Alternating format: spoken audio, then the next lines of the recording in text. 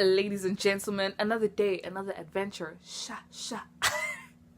I don't know what that was. Anyways, welcome back to my channel. It's been a while. It's been a long time. I've fallen off, but I promise that I'm gonna do better by you guys. So this is my first installment back in the motherland, back in South Africa. Wow. As you may or may not know, I just spent the last year living and teaching English in China. So I'm assuming if you clicked on this video, you want to know the tea. So I'm about to spill the tea on my experience while I put together this face. So a disclaimer, I think I'm going to say this like 10 times throughout the video. I am not a professional makeup artist. So yeah, fight with your mom if you think I'm doing anything wrong. Fight with your dog, not I. But yeah, don't forget to like, comment, and to subscribe. Also, don't forget to hit the notification bell so you get notified every time I make an upload. And let me know what you think of this video. Let me know if you found it informative, if you want more videos like this. Yes, no, maybe. Anyway, enjoy.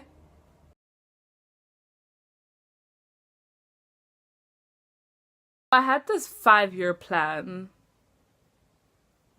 The lighting is doing some higgy haga. So I had this like 5-year plan for my life when I started at UKZN. So basically the plan was that I was going to do my LLB, which is like 4 years, be a lawyer. Unfortunately, I got my dates mixed up when it came to registration. I had been accepted for a law degree here in Durban, but I had mixed up the dates for registration and registration was closed. So I then went to another campus in Pietermaritzburg and they were like, you know what, sis, it's okay.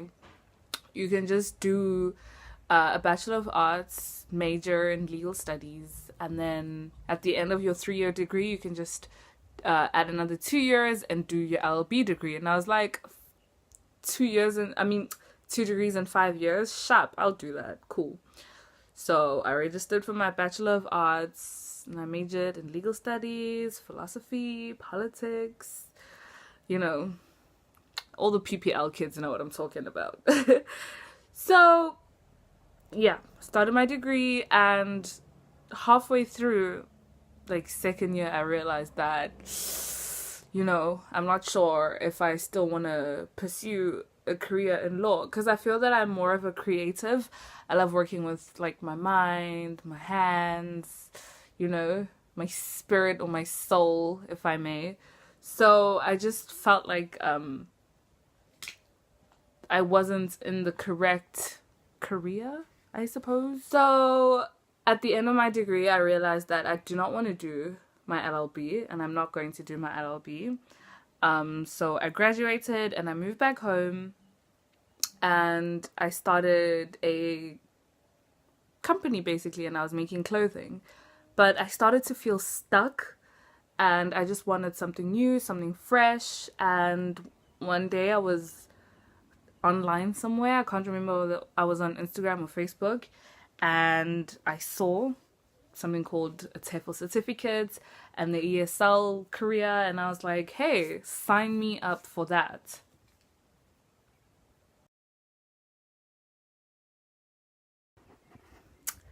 Hello ladies and gents. So unfortunately, as I was editing, I realized that I had lost some of my footage, but I'm quickly going to let you know how I ended up getting the job at EF. So I did my TEFL certificate with a school called the TEFL Academy, and the TEFL Academy and EF are basically partners. So I saw the ad on the TEFL Academy's website for teaching positions in China through EF. And I applied on EF's website after having done my research. I then received an email for an interview.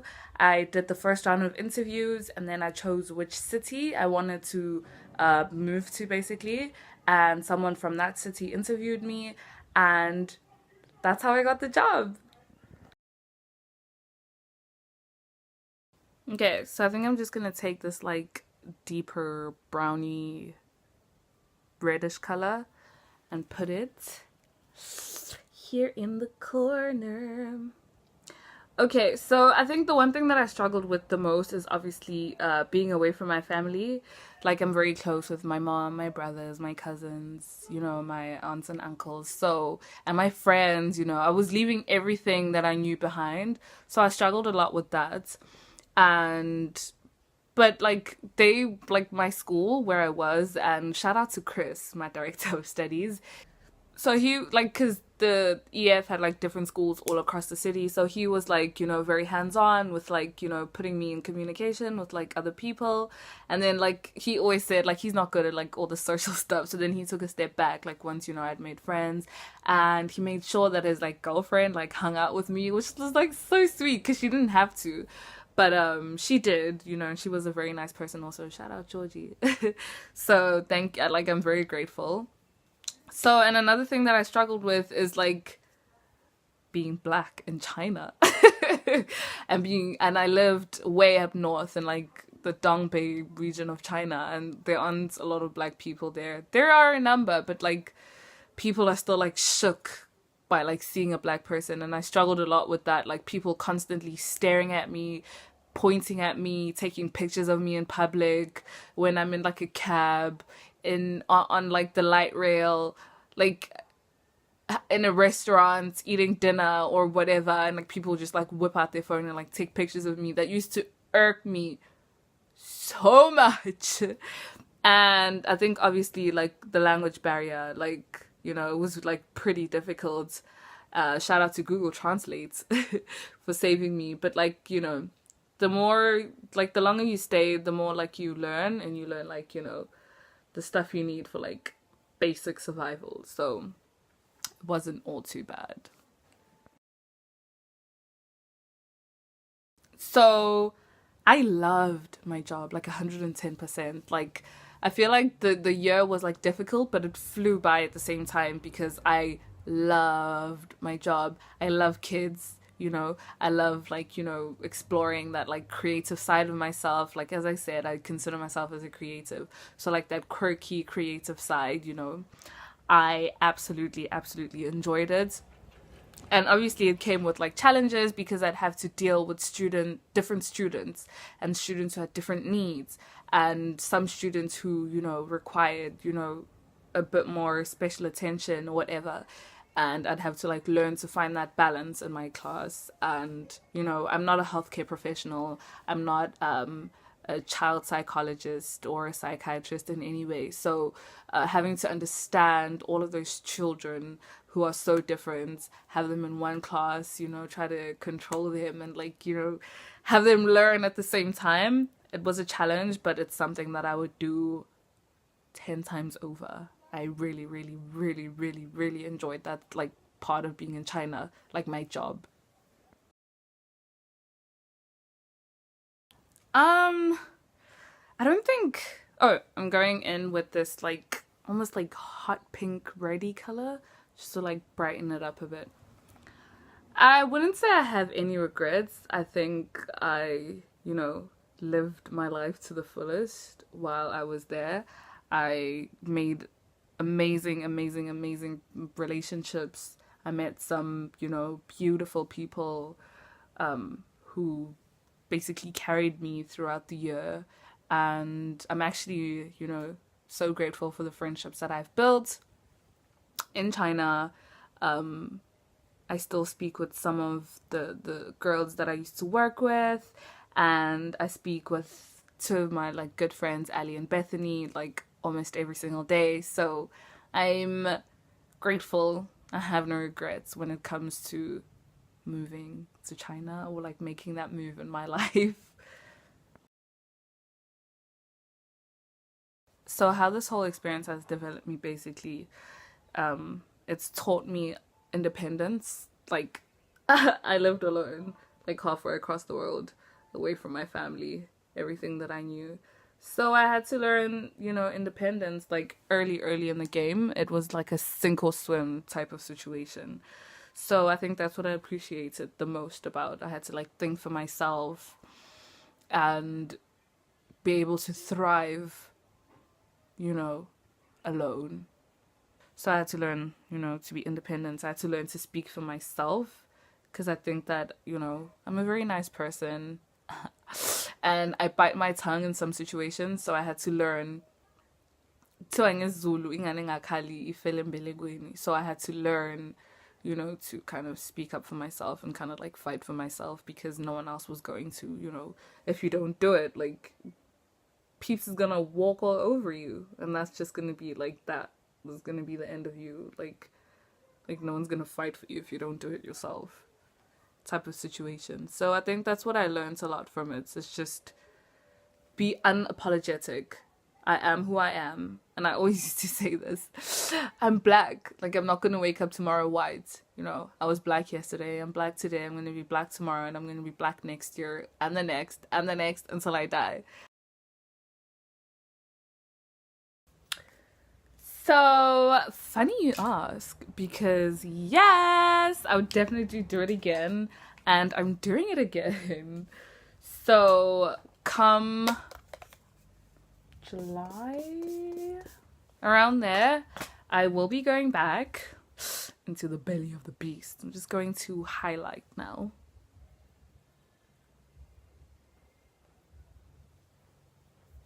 Oh shit. Shine for your mama, shining, shining, yeah, yeah, yeah, yeah, yeah, yeah. Yeah. So I will be going back, but I'm going back to a different city, different school, different environment. So I'm looking forward to that. Looking forward to how that goes. That, ladies and gentlemen, bahlali, mantombazane, nabafana, sengiqedile, I am finished. So if you're sitting at home wondering how you can get into this whole China thing, I'm going to leave a link to the school where I did my TEFL certificate, so the TEFL Academy. I'll also try and find a link to a website called Daddy's Deals, because I've heard that they also have TEFL certificates, and I'll also try and include a link to a free TEFL certificate, one that doesn't require any payment. And I'll also include contacts to a young lady named Xolelelwa Kali, and she's a recruiter. So she recruits for jobs in China, and she also does the whole visa process. So you'll know more about it once you start making plans to go to China. So you have to authenticate and notarize all your documents, degree certificates, all of that jazz. So she also does that at a fraction of the price that most agents do it at. So I'll leave her contacts down below as well in the description box. And I leave you with this. Do your research. When it comes to moving anywhere, if you're going to leave the comfort and the safety of like your environment and move somewhere else, you need to do your research before you go. There are a lot of people that have boarded a plane to China, to Thailand, only to be caught in a scam. And unfortunately, a lot of people, a lot of South Africans in particular, have been arrested because of incorrect visas or like insufficient documentation. So if your school or your agent says come on a student visa or on a tourist visa, anything shady like that, do not do it, because chances are the authorities will catch up with you and you will, listen to me, they will arrest you and they will deport you. So do it the right way. So you only have to do it once. Do it the right way so that also your reputation and your record stays clean, so that you can continue to work in China, come home, work, come home. So always, always, always do your research. Do not go to China on anything other than a Z visa or like a work visa if you intend on working. It's a different situation if you intend on just being a tourist or studying. So make sure that you have the correct documentation. Do your research on the school that you're going to go to. Ask for contacts of other foreign teachers. So whoever recruits you or a representative from the school, when they speak to you, ask for other teachers' contact details, whether on WeChat, WhatsApp, Instagram, wherever, whichever platform that you can reach them on, and speak to them. Ask them about the living environments, ask them about the school and the working conditions, so that you know what you're walking into from the get.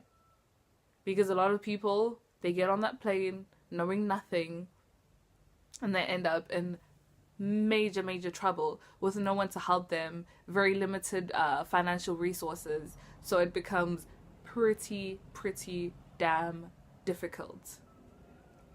With that being said, even with the contacts and the links that I'm going to leave in the description box, you also need to do your due diligence and your own research. But that's it from me. Sorry, ladies and gents, if you enjoyed this video and you found it was informative and I look beautiful or whatever, make sure to give me a thumbs up, leave a comment down below. Also, hit the notification bell so that you get notified every time I make an upload. Thank you so much for tuning in. Love and light.